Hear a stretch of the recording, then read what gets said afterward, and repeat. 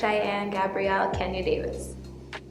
My family dynamic is a little bit all over the place. I grew up with my mom and my grandparents, my grandma and grandpa. Those are my best friends. My dad's side, it's a little bit more complicated. We had a very inconsistent relationship growing up, and throughout this journey of life, I was in Arizona, and just so happened that my school closed down, bringing me into Fort Worth area. Literally the only location of my school on the West Coast that stayed open is 15 minutes away from my dad. We've been able to reconnect and just start fresh. And it's really hard, I think, for everyone to accept that, like, the way you put yourself out there, it's not gonna always be reciprocated back the way you would expect it. So in multiple occasions, especially with my dad, it's been a learning lesson. My mom's very expressive, she's very affectionate, and she's very loving. My dad's loving just in his own enclosed way. Now we're trying to find a balance where it's like, okay, it hasn't worked in the past because we didn't accept each other for the way we were as individuals. So now we're trying to come to a middle ground. I feel like in every place that I've lived,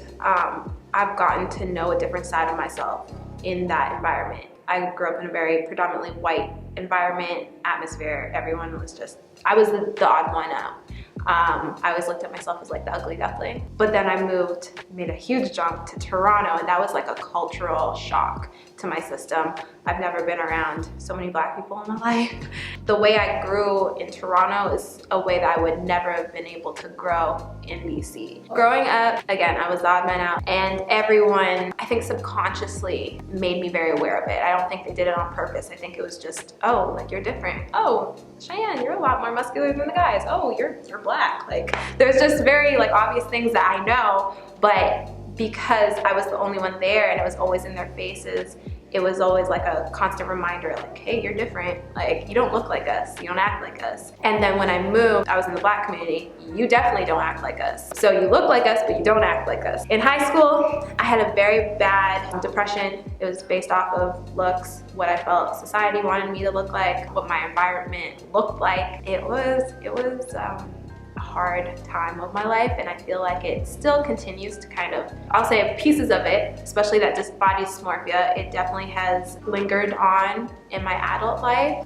It's gotten a lot better, but here and there, it still kind of sneaks up into me, into my thoughts especially.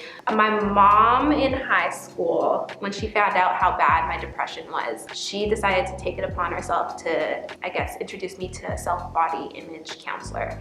And that was the greatest experience I have ever experienced. I will always be so thankful for her for that moment. I remember she had this activity, it was the first activity that she ever presented me, and it was a deck of cards, and each deck of cards had a picture of a body on it, and every body was different. So the first question, she laid it all out. She was like, where do you feel like you are in terms of how you look right now? And I picked, like, it wasn't the biggest body, but it was one of the bigger bodies that I felt like I looked like and I felt like I could relate to. And I remember just seeing her face, and she was just like kind of puzzled, like, The next question was like, where do you want to be? And I chose the smallest body. She said it was an underdeveloped middle-aged boy that I chose. That's what I wanted to look like. So right there, I was like, okay, I might actually have an issue. And then we ended up dealing with it. And now I'm at a place where my athletics took over, my career went really well in track, and now I'm so comfortable being or looking athletic. And then I retired, and then I went through a year of not working out at all. I lost all motivation to work out. So now I'm dealing with the fact that I don't really look like how I'm used to looking. And that's all I've ever known how to look. So that's now I'm kind of battling myself on a daily basis where it's like, okay, I'm not gonna be hard on myself, but my mind wants to be. I think what frustrates me is when people look at either your title or your career and be like, well, you don't have the right to feel that way because of what you do or how you look.